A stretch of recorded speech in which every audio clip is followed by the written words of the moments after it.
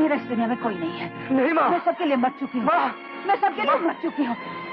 माँ, माँ, विजय, विजय, माँ तू, विजय, माँ, माँ तू इस हाल में तू तीर्थ यात्रा गई थी ना? नहीं बेटे, मैं किसी तीर्थ यात्रा पे नहीं गई थी। नहीं गई थी, मगर मैंने तो।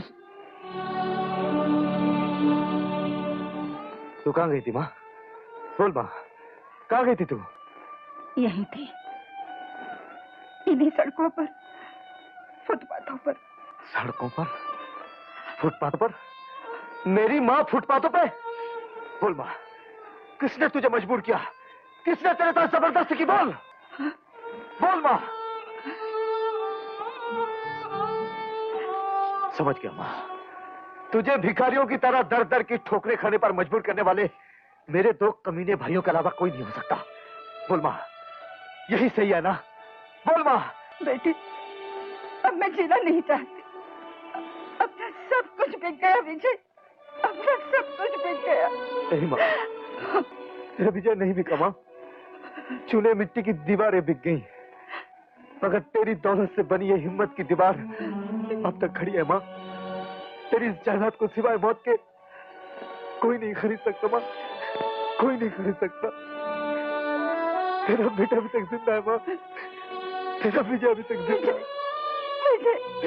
मेरा बच्चा, अरे ओ कलेक्टर साहब, घर की चार दीवारी में क्या लगाने वाले, इधर आओ। ये क्या बदतमीजी है? क्या गुंड और मवालियों की तरह आवाज लगा रहे हो? ओ आइए आइए, वकील साहब भी तशरीफ रखते हैं। ईमानदारी का चोला ओढ़े हुए शहर के सारे एहसान फरामोश एक ही जगह मौजूद है। हाँ? लगता है तुम होश में नहीं हो, नशा करके आए हो। नशा करके नहीं, बल्कि तुम्हारा नशा उतारने आया हूँ। हराम की कमाई और रिश्वत खाते खाते तुम्हारे सर पे गुरु का जो नशा और आंखों में चर्बी चढ़ गई ना, उसे उतारने आया हूँ। तुम हद से कुछ ज्यादा ही बढ़ रहे हो। बात करने की तमीज भी नहीं है तुम्हें। तू मुझे तमीज सिखाएगा? तू मुझे तमीज सिखाएगा? एहसान फरामोश, आज तक तूने जो कुछ भी सीखा, जितना नाम कमाया, वो मेरी बदौलत है। ये तेरे तन पे जो काला कोट है ना, ये मेरा कर्ज है तुझ पर। मुझे तमीज सिखाएगा? क्या कहा था तूने कि माँ को तीर्थ यात्रा पर भेजा है?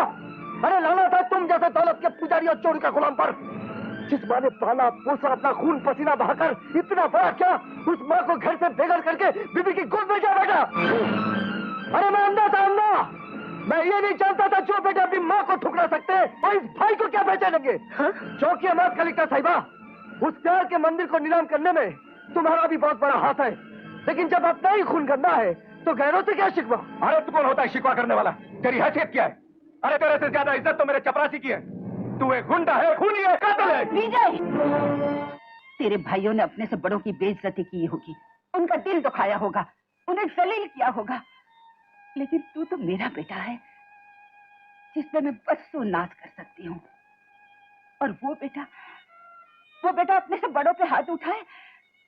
नहीं विजय नहीं, अपने से बड़ा अगर चोर भी हो तो उस पे हाथ नहीं उठाते। माँ, विजय, विजय तू चल यहाँ से।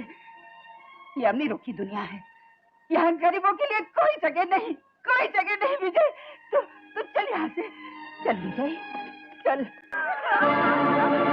गीता, गीता, क्या हुआ मेरी गीता को? बोलो। कुछ नहीं, क्या हुआ? थोड़ी सी चोट के कारण बेहोश हो गई है, थोड़ी देर में होश आ जाएगा। गीता, गीता, बोल गीता, बोल। गीता कुछ तो बोल। मगर कलेक्टर बाबू, यहाँ बहुत सारे बच्चे ऐसे पड़े हैं जिन्हें अब कभी होश नहीं आएगा। कुछ लोगों ने अपनी तिजोरियां भरने के लिए इन तमाम माओं की गोदों को हमेशा के लिए खाली कर दिया। इस इमारत में बेईमानी की कंक्रीट का सीमेंट भरा हुआ था।